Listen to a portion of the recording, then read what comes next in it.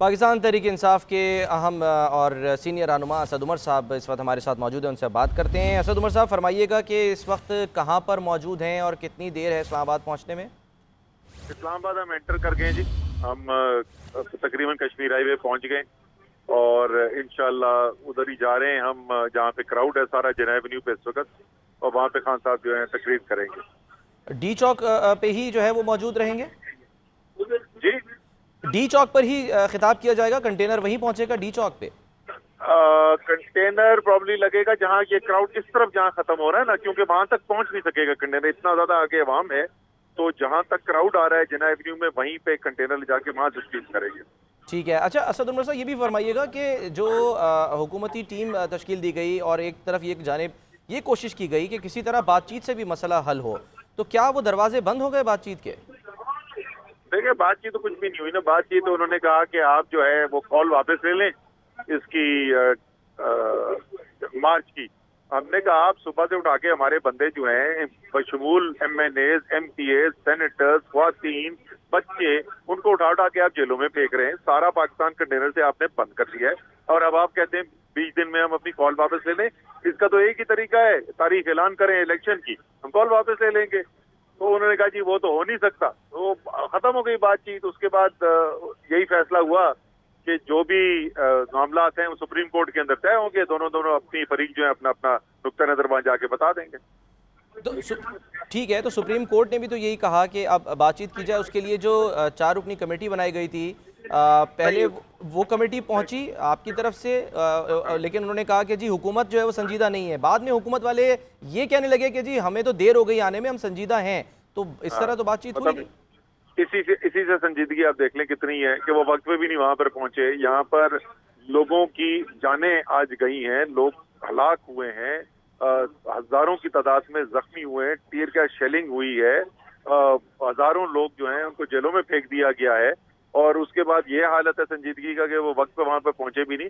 लेकिन ये मैं बता दूं कि ये जो बातचीत थी ये कोई उसके ऊपर नहीं था कि इलेक्शन कब होना है या उस नौयत की। ये तो सिर्फ ये है कि ये जो धरना है ये कहाँ पर होगा और किस तरीके से होगा, ये सिर्फ उसके ऊपर बातचीत थी। ठीक है। और ये भी फरमाइएगा कि अब आइंदा का लाएमल होना क्या है? इसी जगह पर धरना दे दिया जाएगा, यहीं पे बैठेंगे, क्या होगा क्या आगे? ये अभी से थोड़ी देर बाद जो है वो खान साहब जो है वो खिताब करेंगे और आगे का लाएमल वो उसी के अंदर ऐलान करेंगे। कुछ तो असद उमर साहब फैसला हुआ होगा ना कि अब 1 पॉइंट एजेंडा है? बिल्कुल फैसला हो चुका है, वो तो उसमें तो कोई शक ही नहीं है ना जी। एजेंडा तो बहुत सादा सा है कि हमने ये एक दफा दिखाना है दुनिया को कि पाकिस्तान के फैसले पाकिस्तान की आवाम सिर्फ कर सकती है। वो कोई बैरूनी मुदाखलत, कोई बंद कमरों की साजिश नहीं कर सकती। और उसका बेहतरीन रास्ता जो है वो इलेक्शन है। तो मुतालबा तो बड़ा सादा सा है, वो एक ही है, उसमें तो कोई शक नहीं। अच्छा, कई शहर ऐसे हैं, अगर हम लाहौर की बात करें तो बहुत से लोग बाहर ही नहीं निकल सके लाहौर से, जिन्होंने आपके साथ आना था और यहाँ पहुँचना था। तो मतलूबा जो ज़ाहिर तादाद है, आपको लगता है कि अगर ये रास्ते खुले होते तो लोग बड़ी तादाद में होते? अब क्या होगा? क्या धरने जो दीगर शहर है वहाँ पे भी दिए जाएंगे? देखें, यही तो हुआ है ना, इन्होंने पाकिस्तान बंद करके रख दिया। कल मैंने प्रेस कॉन्फ्रेंस में यही बोला था कि आप जो है ताकत के इस्तेमाल से पाकिस्तान बंद कर सकते हैं, चला नहीं सकते। तो आज उन्होंने बंद कर दिया पाकिस्तान अपनी ताकत का इस्तेमाल करके।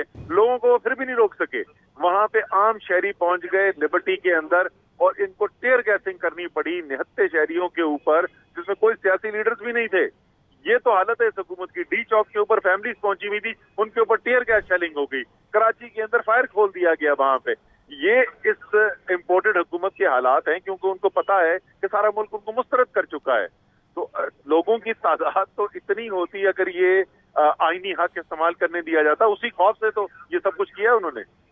ठीक है। असद उमर साहब, ये भी फरमाइएगा कि अदालत की तरफ से तो ज़ाहिर है कोशिशें की जा रही हैं, क्या मुक़्तदर हल्के जो हैं उनकी तरफ भी निगाहें हैं, या बस अब तमाम जो है वो जो है निगाहें वो तहरीक इंसाफ ही की तरफ होंगी, वही जो डिसाइड करेगी वही सब कुछ होगा? देखिए, ऐसे मसाइल का हल जो है वो सियासतदानों की जिम्मेदारी होती है। इस वक्त ये हुकूमत की जिम्मेदारी है। ये पाकिस्तान की तारीख में पहली दफा हुआ है कि इतनी बड़ी पॉलिटिकल मोबिलाइजेशन हुई है, इतनी बड़ी तहरीक चली है। तो पाकिस्तान की सबसे बड़ी तहरीक है। इससे बहुत छोटी तहरीक भी अगर चली है बशमूल हमारी हुकूमत के, तो हमेशा हुकूमत ने पहल की है और बैठकर बातचीत की है। ये पहली दफा हो रहा है पाकिस्तान की तारीख में कि कोई बातचीत नहीं हुई, सिर्फ लाठी, टीयर गैस, गोली, कंटेनर, सिर्फ ये हमें देखने में आया है। अच्छा, और उसके बावजूद ये पाकिस्तान के निहत्ते शहरियों को, पाकिस्तान की आवाम को खौफजदा नहीं कर सके। ठीक है। अच्छा असद उमर साहब, आपको वो भी खबर मिल गई होगी कि जो IMF से मुज़ाकरात हो रहे थे वो भी तकरीबन नाकाम ही हो गए हैं, क्योंकि उन्होंने तो कहा है कि भाई पहले आप पेट्रोल महंगा करो फिर हम आपको डॉलर देंगे। इस पर आपको क्या लगता है कि आने वाले दिनों में इसके क्या असरात पड़ेंगे इस तमाम तर सूरत हाल पे? देखिए, मईशत के तो पक्के उधेड़ के रख दिए हैं पिछले 2-2.5 महीने से, जब से ये तहरीके अदम एतमाद आई है।